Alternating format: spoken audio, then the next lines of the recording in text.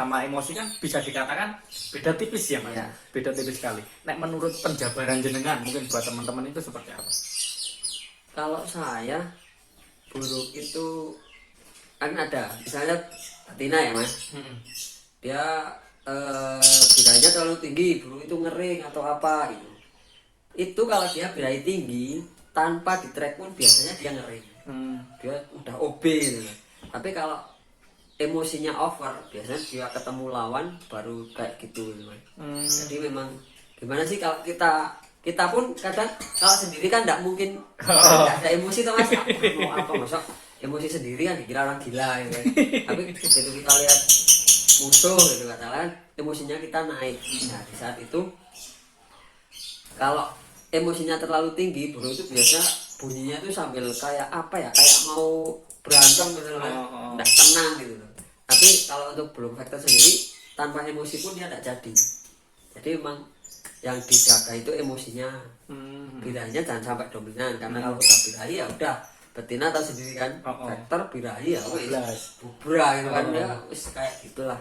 Berarti mungkin istilahnya birahi yang terlalu itu bisa menyebabkan emosi yang berlebihan. Kalau saya malah emosi yang berlebihan, emosi yang berlebihan jatuhnya ke birahi yang tidak terkontrol itu. Biasanya kalau over emosi jatuhnya OB biasanya. Tapi kalau birahinya terlalu tinggi, emosinya kan hilang.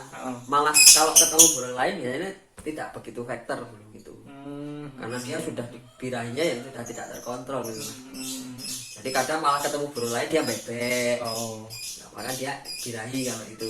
Kalau emosi ya itu dia terlalu emosi, dengan cara langsung kan mungkin tekanan darahnya dia naik, jadinya jatuhnya ke OB. Terus untuk masalah jemur ya Mas. Nek menurut jenengan jemur ini mempengaruhi untuk meningkatkan birahi atau mungkin kalau emosinya malah menghilangkan emosi kalau saya, karena birahi naik. menghilangkan emosi. Karena untuk jemur sendiri kan dia menaikkan birahi. Jadi kalau untuk lovebird itu kalau saya untuk menjaga emosi burung vector ya, biasanya kan rata-rata non jemur. Jadi dia birahinya tidak naik gitu loh, karena tidak kejemur, dan biasanya juga berkerakap karantina untuk menjaga emosinya. Jadi teritori, tidak sering lihat burung lain, karena dasarnya kan memang lovebird itu burung koloni.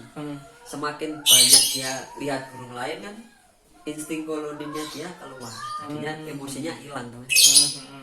Tapi kalau birahi kan dijemur, dipakan agak kencang sedikit aja, biasanya langsung birahi, langsung naik. Berarti istilahnya jemur kencang ini untuk menurunkan menurunkan emosi dia dan menaikkan birahinya. Iya. Makanya kalau untuk kita mau proses vector ya, kan kita biasanya embun, terus mandi sampai basah kuyup, non jemur, itu kan menjaga birahinya jangan sampai naik. Biar stabil. Iya, stabil. Mungkin nanti pas mau gantang aja kita tambah EF atau enggak dikasih makanya ditinggikan sedikit karena birahinya biar naik. Tapi kalau untuk proses yang menuju ke konslet itu harus kalau saya emosinya benar-benar sampai hilang, karena nanti dia udah konslet. Misalnya kita punya betina konslet ya Mas, kita pasangan sudah konslet, tapi dia masih punya emosi, biasanya dia diambil pasangannya, apalagi lihat burung lain itu masih ada vektornya gitu. Berarti kuat Nah itu kan kalau dia emosinya naik, birahinya kan hilang, tiba-tiba dia sadar lagi nggak konslet itu kan. Nanti di saat dia ada pasangannya, dia birahinya naik, emosinya hilang karena di koloni itu, biasanya muncul karakternya lagi. Terus waktu yang tepat untuk betina itu tadi mencari pasangan itu setelah fase yang mana? Kalau saya setelah fase dia birahi bunyi, ada tanda bunyinya.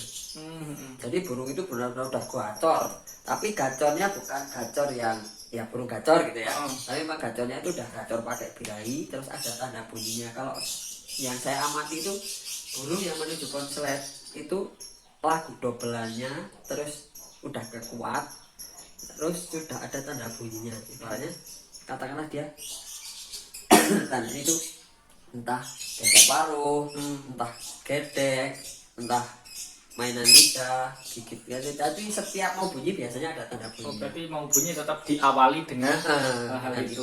gitu. Makanya kan sering saya amati juga burung konslet mau bunyi seperti ini. Terus ini coba diamati.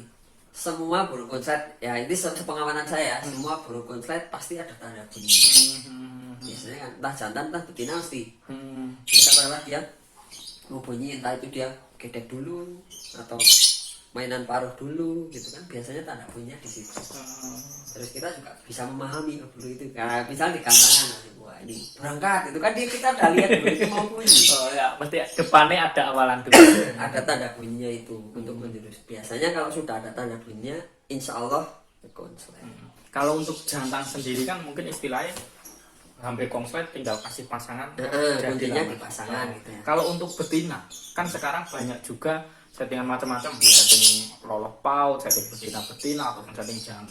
Yang harus diterapkan itu dari 3 ini, pemilihannya itu seperti apa? Mungkin wah ini kok harus dikasih lolohan, mungkin ini harus dikasih betina ataupun ini harus dikasih jantan.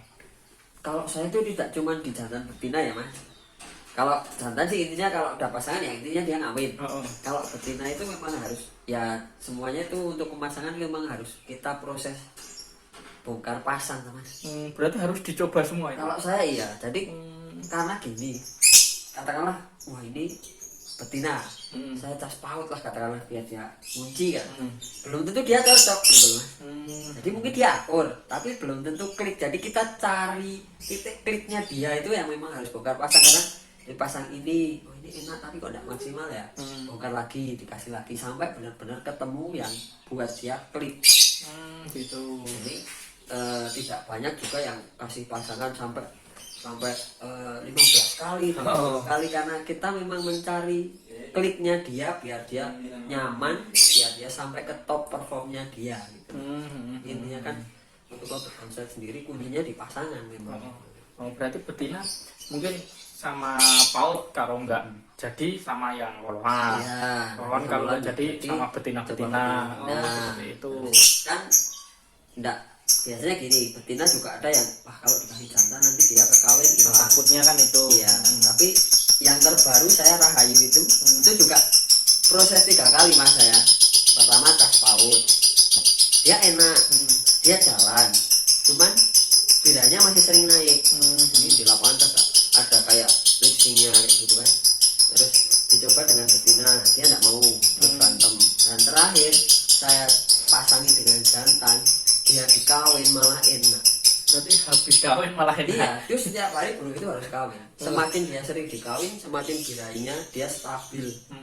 Jedanya semakin rapat, terus durasinya dia keluar. Ya itu makanya kan memang harus proses bongkar pasang itu di situ. Awalnya juga saya ragu kan, ini dikawin dia berderok enggak kayak gitu kan. Tapi kan setelah saya berapa kali saya coba, kok ternyata dia masih birahi. Apa memang harus dikawin ya?